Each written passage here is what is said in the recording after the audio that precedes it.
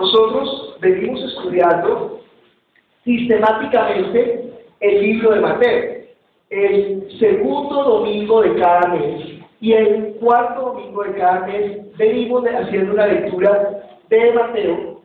No nos hemos detenido en cada versículo tanto como quisiéramos, porque si nos detuviéramos en cada versículo y profundizáramos, creo que no avanzaríamos mucho. Entonces a veces tomamos así, pero no sé si Dios nos conceda vida para poder volver a estudiar el libro de Mateo. No sé hasta cuándo el Señor esté con nosotros, cuándo nos tenga en esta tierra. Entonces después de Mateo, no sé si seguiremos con Juan. Por lo menos nosotros ya tenemos en la iglesia programadas las prédicas hasta el 2010. Hasta el 2010 están aseguradas las prédicas. Pero después seguiremos con el Evangelio de Juan y llevamos, pues dentro del programa estudiamos, por ejemplo, el tercer domingo de cada mes un aspecto de la vida práctica y el quinto domingo de cada mes, cuando el mes queden 5 domingos, estudiamos el propósito de Dios para nosotros como iglesia. Eso fue lo que vimos la prédica pasada, porque era la prédica antepasada, porque era el quinto domingo. La ocasión anterior en que estudiamos el Evangelio de Mateo, hablamos de los falsos profetas, que era la parte que está en Mateo capítulo 7, del 15 al 20. Y veíamos que los falsos profetas no son los que no hablan de Jesús, no son los que desconocen acerca de Jesús, no son los testigos de Jehová, o los musulmanes, o los gnósticos. No, los falsos profetas son los que, conociendo a Dios, no predican la voluntad de Dios, no dan a conocer la voluntad de Dios, de tal manera que la gente no llega a tener la vida espiritual, y tampoco cumplen con el mandamiento de Dios o con el propósito de Dios, que es que nosotros llevemos la vida. Ahí acabamos de leer que dice que no puede un buen árbol o un buen terreno producir, dice, por sus frutos los conoceréis. ¿Acaso se recogen uvas de los espinos o higos de los abrojos? Cuando nosotros estudiamos la parábola del sembrador y de los terrenos, dice que un terreno dio espinos y abrojos, y aunque la semilla cayó en ese terreno y germinó, no pudo dar frutos porque los espinos y los abrojos ahogaron ese propósito de la semilla que fue sembrada. ¿Qué son los espinos y los abrojos? Dice la Biblia que son los afanes de este mundo. Entonces, si nosotros, por las cosas de este mundo, por cualquier circunstancia que sea, nosotros no estamos dando el fruto que Dios está esperando de nosotros como individuos y como iglesia, entonces nosotros nos convertimos en falsos maestros, o en falsos profetas, o en falsos testigos. Por eso es muy importante conocer cuál es la voluntad de Dios para nosotros como individuos, cuál es la voluntad de Dios para nosotros como iglesia. Muchas personas están pensando que servir a Dios, por ejemplo, es tocar un instrumento el domingo, o que servir a Dios es manejar el videojuego el domingo, o que servir a Dios es pararse en la puerta y entregar un boletín el domingo. No puedo decir eso, por ejemplo, en los maestros de escuela dominical, porque ellos sí están predicando la palabra a los niños de escuela dominical. Eso es lo que aprenden sus niños cuando suben, no están jugando, sino aprendiendo la palabra. Porque, aunque eso es muy importante para rendir el culto, gracias a Dios por las personas que nos colaboran en la alabanza, gracias a Dios por Andrés y por otros que van a estar en el primer culto siempre manejando el videobeam, gracias a Dios por los sugieres que nos están recibiendo las personas y ubicando a la gente dentro del culto. Pero entienda, eso es como un servicio dentro del culto, pero no es hacer la voluntad de Dios ni es servir a Dios. El servicio a Dios es de las puertas para afuera, que es producir los frutos que Él está esperando de nosotros. ¿Qué hizo con la higuera que no produjo frutos? La maldijo. Y eso que no era la época de recoger frutos.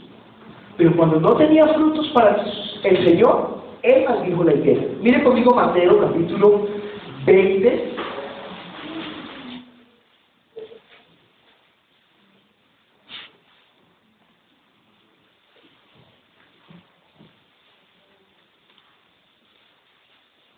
Perdón, Mateo capítulo 21, versículo 43. Por tanto os digo que el reino de Dios será quitado de vosotros y será dado a gente que produzca los frutos de él. Otra vez. Por tanto os digo que el reino de Dios será quitado de vosotros y será dado a gente que produzca los frutos de él. ¿A quién le está hablando Jesús aquí? A los fariseos. Miren, los fariseos eran impecables en su conducta. Los fariseos, decía Pablo, por ejemplo, de él mismo, en cuanto a la ley, yo soy irreprensible. Quiere decir que ellos oraban todos los días, iban a la sinagoga todos los días, leían la palabra todos los días, daban limosna todos los días, diezmaban aún la menta y el eneldo, cumplían con todos los preceptos de la ley, eran muy lindos, muy juiciosos, pero no producían frutos para Dios. Porque ¿qué eran los frutos? Las almas que llevan a los pies de Jesucristo. Juan, capítulo 4.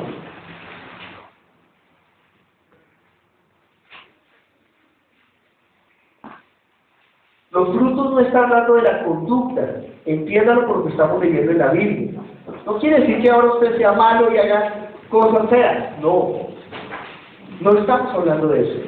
Pero entienda que los frutos, mire, usted podría ser un empleado que llega temprano al trabajo, llega 15 minutos antes, y llega peinado con comida y siempre con corbata, y al jefe le dice sí jefe y no jefe, y usted se sienta juicioso en el escritorio, y usted está ahí, no toma más de un tinto en el día, no toma breaks para salir, es el último que se va. Pero si no vende ni un objeto de lo que le pusieron a vender, a la semana lo echan. No, pero yo soy un buen trabajador, yo estoy juicioso, sí, pero es que entienda cuál es el propósito con el cual lo contratamos en esta empresa, le diría su jefe. Es para que usted venga. Porque si usted está aquí solamente para estar limpio y para estar juicioso y para estar... Eso le pasó a los fariseos. Es muy importante entender el papel de los fariseos en la Escritura, porque los fariseos nos están mostrando la religión, dice que la forma de ir al cielo es por medio de una conducta buena. Pero estamos leyendo en la Biblia que la forma de ir al cielo es a través de hacer ¿qué? La voluntad del Padre que está en los cielos. La voluntad de Dios. No voy a decir que yo estaba diciendo aquí que se porte mal, no. La conducta buena está bien. Aún las personas que no son cristianas saben eso. Hable con un musulmán le habla a usted de conducta. Hable con un budista, el budista le habla a usted de tener una buena conducta. Hable con una persona que estudia la meditación trascendental, o que haga yoga, o que haga... Todos ellos le van a hablar de que sea bueno, y lindo y amoroso, pero ninguno de ellos le va a hablar acerca de cómo tener la vida en el Espíritu. Esa es la diferencia. Usted tiene que entender que el discurso de Jesucristo es completamente diferente al discurso de la religión de este mundo. Porque la religión de este mundo dice sea bueno en la conducta. Aún los que no tienen religión, aún solamente los humanistas, el socialismo está hablando de que usted sea bueno, el hombre para el hombre. Pero Jesucristo nos está llamando a usted a que tenga vida en su espíritu y que teniendo vida pueda conocer y hacer la voluntad de Dios. Que Dios obra en nosotros para que podamos tener ese clic y entender eso. Porque mucha gente tiene en su disco duro grabado que la forma de ir al cielo es por ser buenos. Entienda, los fariseos eran las personas correctas.